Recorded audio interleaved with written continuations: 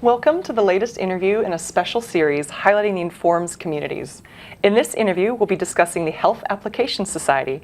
I'm joined today by Mayorga, professor with the Department of Industrial and Systems Engineering with North Carolina State University and the past president of the Health Applications Society.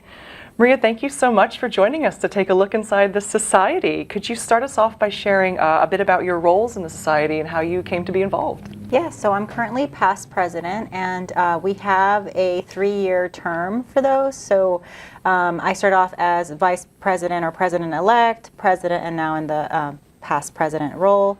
Our current president is Steve Schick, and he will be succeeded by Tim Chan, and then we're in the process of elections for next year. But I started off, chairing sessions and volunteering to do that.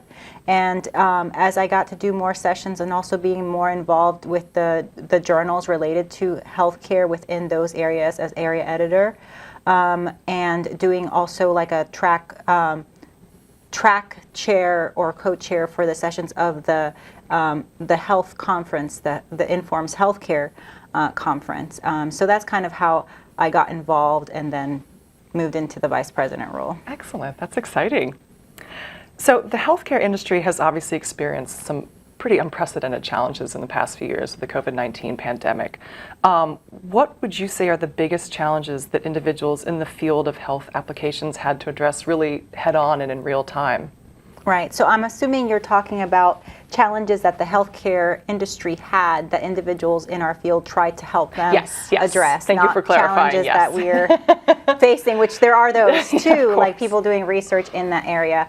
I think several challenges, and they're continuing because as we go through different phases, then new things come up.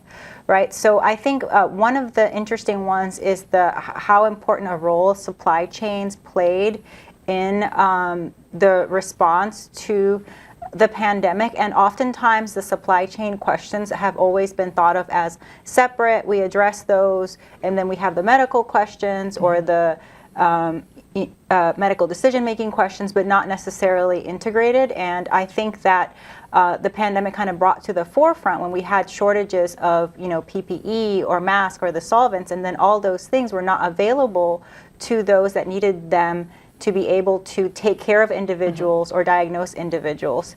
So that was one kind of like making sure that all of these things that are always thought of ancillary to healthcare kind of became like part of it and joint decision making.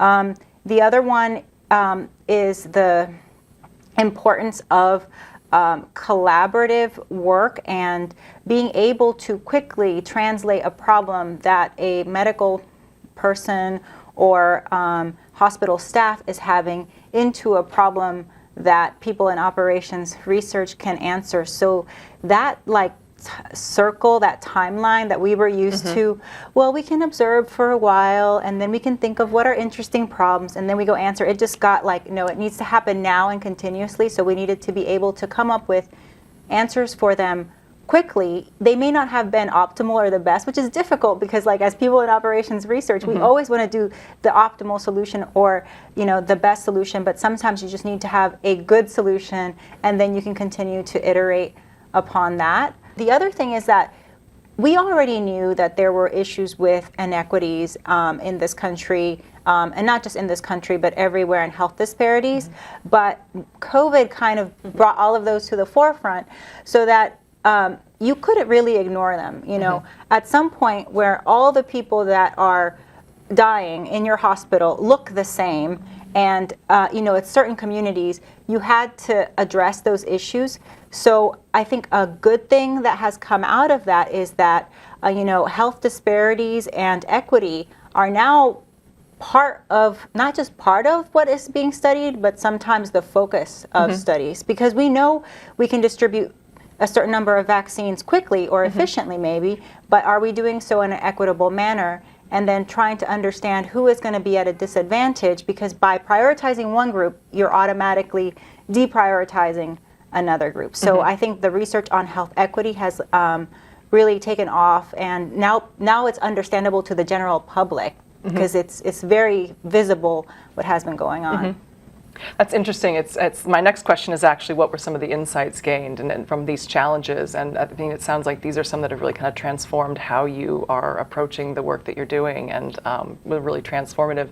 Are there any others that you think that are some insights that have really been kind of transformative moving forward in the field? Yeah, that, and I kind of was talking about it with the speed of research. Yes. And I think we had a lot of us in the field, because we work with data sets, and obviously we're not necessarily going to share data sets that are private, but we kind of held our research close to at heart, and there wasn't this practice that there is, say, in the computer science community or the medical community of doing pre-print publications. And now, because the speed was so fast of research coming out, you could not wait for the articles to necessarily go through the full process. So being comfortable with releasing your publications in preprints, and then of course, updating them as they go through the cycle, has been one. But I do think that in terms of publications too, the journals have gotten better at when they realize that something is, a lot of them had these like focus COVID issues or these target areas where they would have like a quicker publication cycle, because you just can't wait in some of those cases. Everything had to speed up to match the pace that the world was facing. Yeah, and the focus on translation to practice at the beginning, right? So we could, before, observe a problem, find something that's interesting to study, and maybe you find a very beautiful solution to a problem, mathematically beautiful solution to a problem, but it might have been really hard to implement, and so then people might start thinking about, okay, well, how can we translate this? But kind of like after the fact.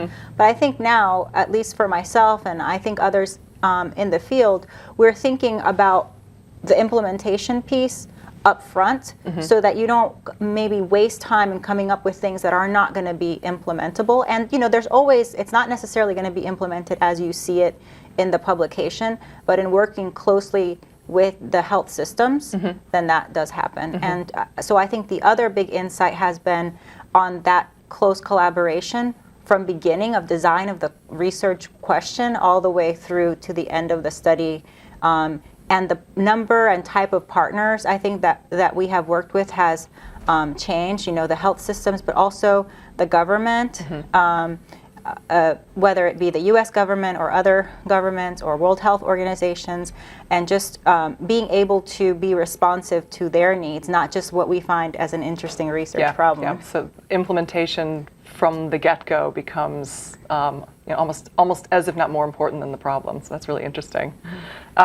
So circling back to the society and its role, could you share some of the society's activities during the pandemic? Yeah, sure. So it was very difficult, of course, for everyone during the pandemic.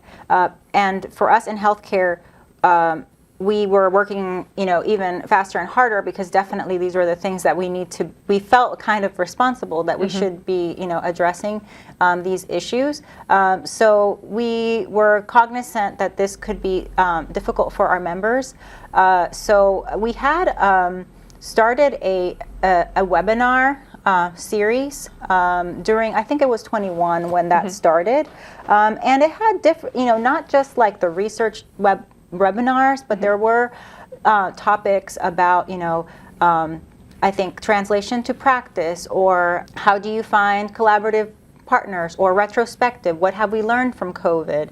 And so those are some of the activities that could happen. Another group that we realized was really affected, and this is not just for the Health Application Society, but for everyone, are PhD students who are graduating.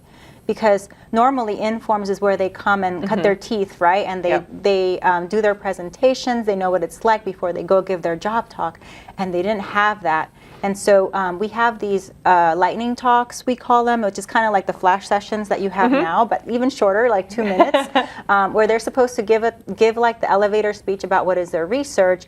And then when it was all virtual still, there was like a network session afterwards online, so that people who saw what they talked about could talk to them, and we could try to do some of that matchmaking or facilitate some of the environment that would usually take place at the real conference. And so actually we've kept the lightning sessions even in the real one, because before, you can't fit too many people into a short time, but with the lightning sessions at 2 minutes, you can fit a lot of people, and some of them can be pre-recorded, so they're always available there. So there's some good things that have come out of the need to go virtual, because we've kept some of those that now every student who wants to can submit like a short video that could be part of the repository that people who are looking for students in that area could look at. Yeah, it's nice to see a lot of the lessons learned out of necessity during the pandemic have value even past it. So that's really interesting to hear.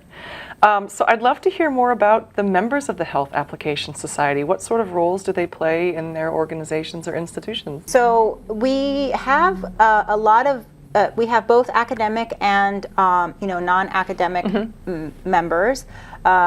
And sometimes people transition between those, and then of course they're the student members. In academic, what's interesting, I think, is that we have people that are in business schools and engineering schools like other informed societies, but we also have people that are in the School of Public Health or the School of Public Policy. So they are not necessarily in the traditional departments that you might be in some of the other societies. And then they actually could be within a health system. So several of my own students, for example, have gone on to work within a health system, because now health systems are recognizing that they should have some of this expertise in-house. It helps to do that translation piece that I was talking about, and also already have somebody who can kind of start working on problems, and then engage with others if they need to bring other expertise in. And there are people who are working in companies that are pharmaceutical companies or other companies like that do either medical devices or EMR technology and other things like that. So yeah, pretty broad. And government as well. Yeah. That's amazing. So are there any upcoming events or activities in 2022 for the Society that you could share? Yeah, so we are continuing the webinar series. They have had quite good attendance. I think like on average 70 people register, and then we have them saved. So if anybody's interested, they can kind of go see the past ones. So we'll have some future ones. And then what we are focusing on for that is like for the future ones, we do like to highlight the winners of our different awards. So the Health Application Societies has lots of award opportunities, so that's kind of one benefit to members, and they go all the way from for PhD students like the Bonder Award, all the way up to the Maratra Award, which is more like an achievement award. We'll have the winners of those kind of come give a more in-depth, because in the sessions the time is short, and so we'll have them come give like a more in-depth discussion on their work. But then we'll also have what we call like distinguished lecturers, or people who can come talk about like their work, and these are people that are very well recognized in the field. They can give either like a good retrospective view, like what has happened, or it'll be something looking forward, like, well, what now post-COVID, like what are the lessons learned and things like that. So we'll continue the webinar series. We also have what we call student liaisons, because we recognize that PhD students, they consume a lot of information on social media, and I'm terrible at it, and a lot of people, but the students love doing this. So this is a good way for them to like be able to share information through the LinkedIn page and the Twitter for the society that they manage, and then they have like their own separate newsletter, and they can disseminate information to the student chapters of Informs, which is nice, because then we can reach the audience directly, because they're not necessarily reading those Informs Connect emails that we get. So there are a lot of them. Yeah. So continuing to engage with the students directly through those student liaisons, and then of course the Informs Healthcare Conference that's coming also. So that'll be coming up, and so we're gearing up for that. Wow, so that's a lot of benefits that you mentioned and activities. For someone that's, say, new to Informs, what would you share about that's a good reason to join the Health Application Society? Like someone that's brand new, this is the community for them, what would you share with them? So when I first joined, I found it really overwhelming, like Informs in general, like 5,000, 6,000 members. I don't know where we're at right now. And I just didn't even know what sessions to go to. So I really think that the track itself, having like an Informs Healthcare track, and we do work to curate those sessions. So usually we have like, the sponsored ones, there's a topic, and people try to find ones in the topic. And then even after all of the sessions talks have come in, the track chairs will work to maybe move talks around so that they're well curated, so that you go to a session that's going to have talks that you're interested in the whole time, and you're not like switching between sessions. So I really think that our track is good. We have, I think, 57 sessions and 214 talks or something like that during this Informs. And they're not just the research talks. Like, there are talks that are meant to help the members. For example, we have one with a Meet the Editors, because sometimes people don't know, where do I submit my work that's in healthcare, but I want it to be in a engineering or business journal because I want it to get recognized by my institution. So what are the options? And a lot of journals have now added an area in healthcare, but maybe people are not aware. So we have the editors come and kind of give a panel about that. And then there's one on like students transition to faculty, like how do you manage that? Especially with, like, if you're in healthcare, you're managing trying to create new collaborations with people in medicine, which may be something slightly different than what someone in another like focus area might be doing. Completely so makes trying sense. to have those like specialized panels. We have one on DEI considerations in research, for example, because that matters a lot for healthcare. So I think that the sessions themselves are a great benefit. Then when I started going to those, what I really like is that even though Haas is actually quite big, I would say, I mean, we have several hundred members, right? It still feels small. You know what I mean? Kind of like, I don't know, I live in Raleigh, so it's like that to me. It's like, you know, Raleigh's a big enough city, but I still have like my neighborhood feel. A sense of community is very much exists. Yeah, It's wonderful so we have to hear. that. So like I see the same people at the sessions. I'm like, oh, you're interested in that? And sometimes we'll just start talking because we've gone to the same 3 talks, which means that we must be interested in the same There's thing. a connection. Yeah, so I feel like the community is quite bonded and strong within the health application section. So I think that's also a benefit. That's great. Well, Maria, thank you so much for joining me to share a look inside your society. This is, especially during the annual meeting when you're obviously very busy, but I think this is the audience that really, you know, new, young, Informs members that are going to want to be exposed to this. So thank you so much. Yeah, thanks for having me.